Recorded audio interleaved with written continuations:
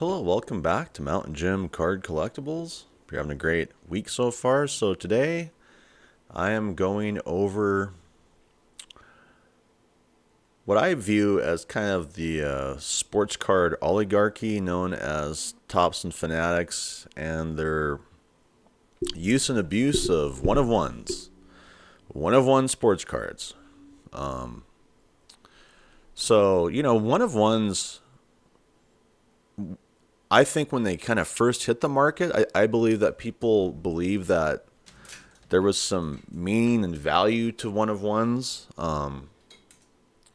Unfortunately, the corporations and the companies and the print presses continue to just churn out one of ones like they're just a normal everyday card. And that goes into one of my arguments of, kind of natural organic scarcity versus this manufactured scarcity, which we know as the one of ones, which are really lottery tickets. And what I've noticed about, checking out Tops over X is this constant promotion of one of ones that have been pulled. And it feels like watching reruns. It feels like you're looking at almost the same card. It's like, you really think that's special? I've been watching one of ones on X all year from Tops Fanatics. I don't really think there's any special purpose of one of ones anymore. Why? Well, there's just millions and millions and millions of one of ones. I'd rather have something that has that natural organic scarcity, which you'd get from a card that was released, kind of like a Joe Theismann rookie card. Joe Theismann rookie card came out in the 70s. There aren't a lot of them. And I've had a Joe Theismann rookie card, but one that was in just horrible, poor condition. And, I sold it for some bank because people wanted it. I mean, that thing was trashed. But that's the difference between natural or organic scarcity and the Tops Fanatics mode of printing scarcity and shelling out boxes for $1,000 and all this and that, if not more. And I believe that it's scared off a lot of hobbyists, collectors, people who were involved in sports cards.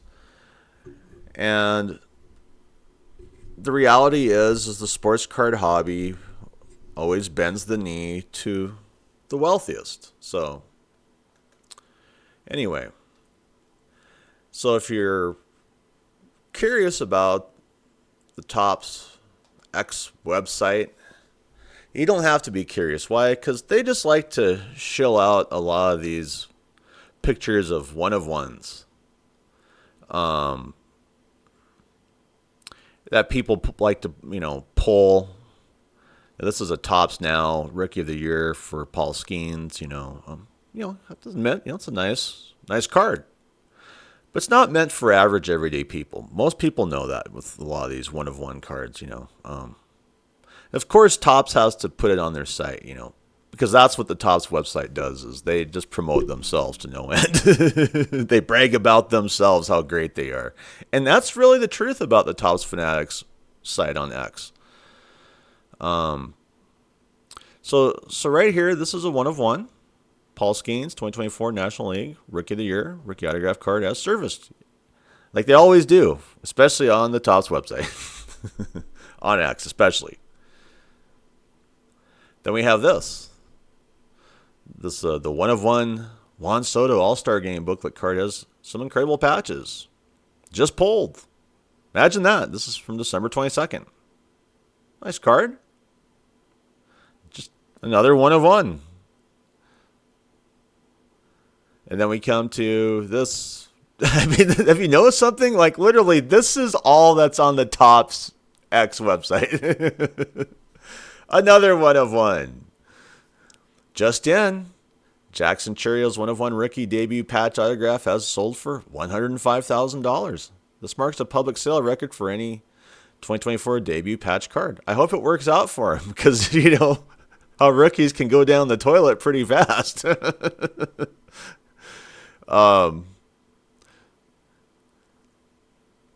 That's not one. And that's not one either, but don't worry. Oh, there we go.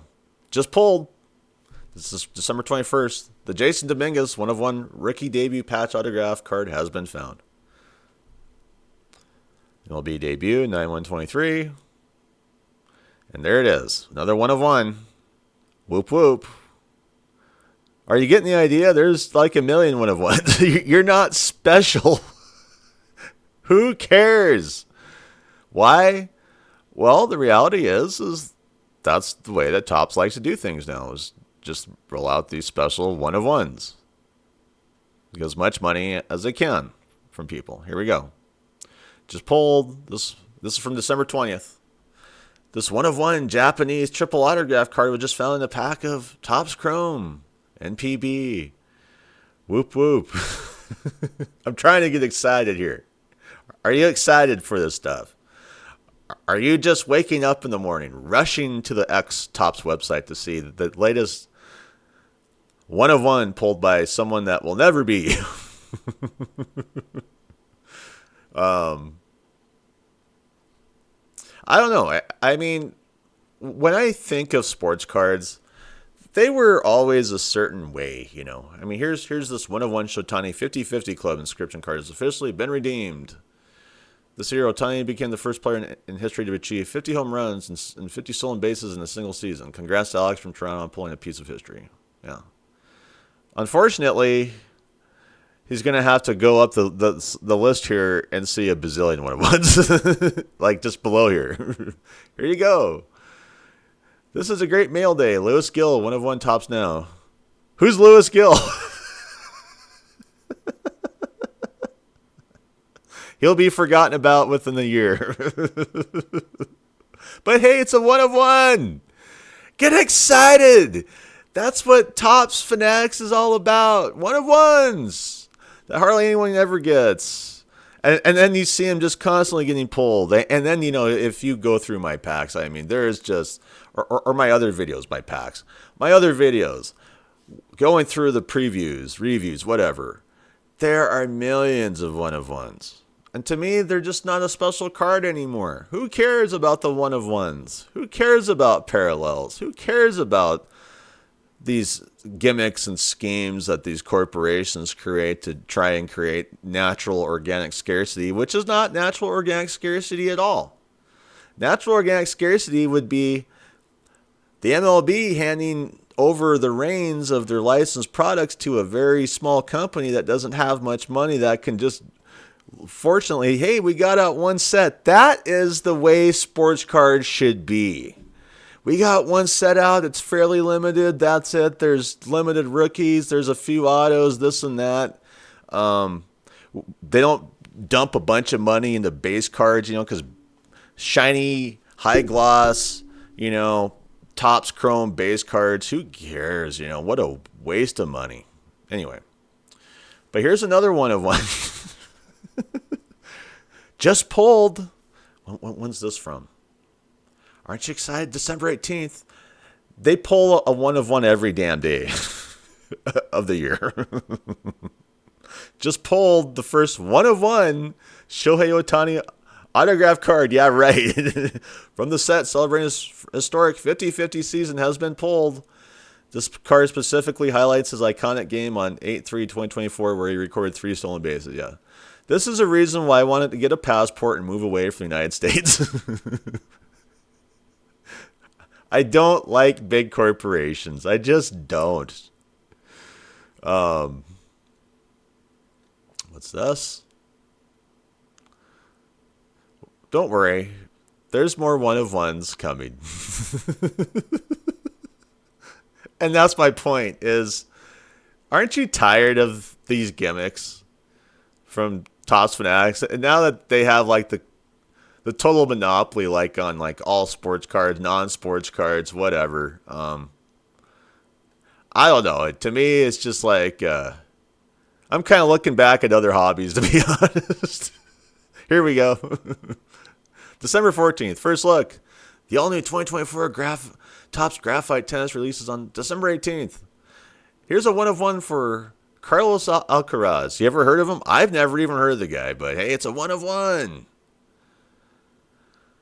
Then we have this. Imagine if this actually existed. It doesn't exist.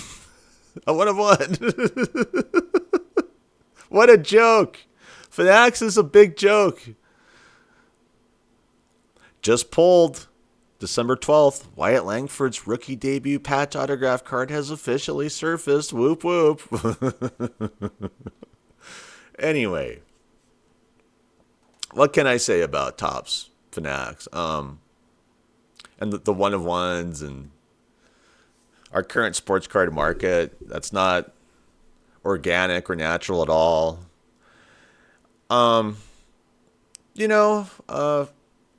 I just don't know what to say. If you're excited for the sports card market, I give you credit. I'm burnt out. I feel like the big U.S. corporations have taken a steamroller and just steamrolled over me and gone, you know what? It's not about the collectors or the fans or even the flippers or even anybody. It's all about the corporations. That is what it's all become about. It's the corporations. It's the narcissism of the corporations. I mean, it's like, is there anyone else involved here? Oh, you can pretend to be important. We can watch the breakers, who feel important. We can watch this who feels important. But the reality is they're not important at all. The most important person in our world is Topps Fanatics. And it's turned a lot of people off. And I don't blame them. It's just another hobby or something, that people thought that they could do in the United States that they can't afford. To me, it's kind of like, would you like to go golfing at country clubs? Well, you have to be like a billionaire, right? Because it costs so much to even get a membership at a decent country club, or a decent golf course, It's just not meant for average, everyday Americans anymore. That's kind of the way I look at sports cards. I should probably be talking about Pokemon cards, Yu-Gi-Oh cards. Why? Because, well, they're more affordable. They're more fair. There actually is a more natural, organic scarcity to those cards than this scam or scheme that Michael Rubin, Fanatics, Topps, you got the Panini scumbags. I mean, it's just scumbag after scumbag in the sports card manufacturing corporate sector anymore. And then there's a few, bright points, Leaf, Upper Deck. There's a few good card manufacturers out there still. And I would tend to lean more towards TCG, non-sports cards, maybe not non-sports cards once Topps takes it over, to try and, get that natural, organic scarcity of a company creating a set, barely making ends meet, very limited amounts, rather than allowing the narcissism of the Topps Fanatics machine to steamroll everybody and not give most people a chance and just broom out most of your true fans and collectors of the sports community. And they're just rushing over to Pokemon and Yu-Gi-Oh! And all these places where they actually have a chance of, pulling a great card and not spend much money. I mean, that's what I like about Yu-Gi-Oh! I sell Yu-Gi-Oh! Cards. I have to restock my Yu-Gi-Oh! Supply on eBay.